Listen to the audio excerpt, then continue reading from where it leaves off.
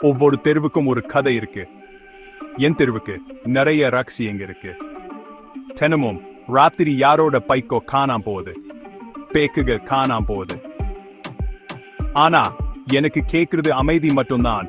யாரும் வாய் திறக்க பயப்படுறாங்க. மக்கள் வேகமா போறாங்க.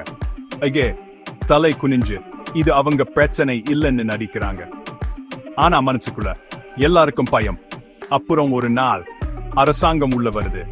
புது சிசிவி கேமராக்கள் பொருத்துறாங்க. பல்பலன்னு பாதுகாப்புக்கு உத்தரவாதம் தருத்த மாதிரி ஒரு அதிகாரி சொல்லாரு, இது எல்லாத்தையும் மாத்திடும். ஒரு நிமிஷம் மக்கள் நிம்மதியா உணர்றாங்க. ஒருவேளை எல்லாம் நல்லா ஆகலாம், ஒருவேளை நம்ம நிம்மதியா மூச்சு விடலாம். அப்படித்தானே? ஆனா பழைய பழக்கங்க அவ்வளவு சீக்கிரம் மாறாது. சில பசங்க ராத்திரியில கேமராக்களை திருப்பிடாங்க. அடுத்த நாள் காலையில இன்னொரு திருட்டு. அதே பழைய கதை. யாரோ சொல்றதை நான் கேட்கிறேன், யாரும் பார்க்கறது இல்லையே. அப்ப நான் என் சைக்கிள்ல போறேன். நேரமாக்கிடுச்சு. நான் கேமராவை பார்க்கிறேன். தப்பான திசையில திரும்பி இருக்கு. உடைஞ்சு போகல, சும்மா கவனிக்கப்படாம இருக்கு. ஒரு செகண்ட் நான் யோசிக்கிறேன், யாராவது இதை சரி செய்யணும். அப்ப நான் உணர்றேன், நான் தான் யாரோ ஒருத்தன். அதனால நான் சைக்கிள்ல இருந்து இறங்கி மேல ஏறி அதை சரி செய்யறேன்.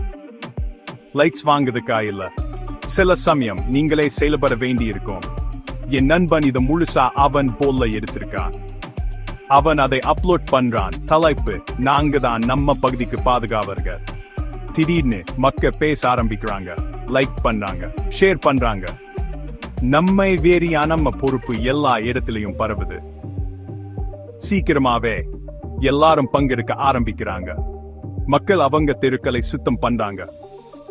குழந்தைகள் சுவர்களில் ஓவியம் வரையறாங்க. குடும்பங்க அந்த பகுதியை பாதுகாப்பா வச்சுக்கிறாங்க. நான் எடுத்த சின்ன ஸ்டெப் அது ஒரு பெரிய விஷயத்தை ஆரம்பிச்சு வச்சுச்சு. என் நண்பன் சொல்ற மாதிரி ஒன்னால் எல்லாருக்கும் சின்ன ஹீரோக்க மேல கொஞ்சம் அதிகமா நம்பிக்கை வந்துச்சு.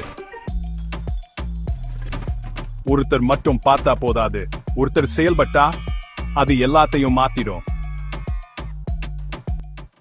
மாற்றம் உங்களிடம் இருந்து தோன்றுங்கிறது.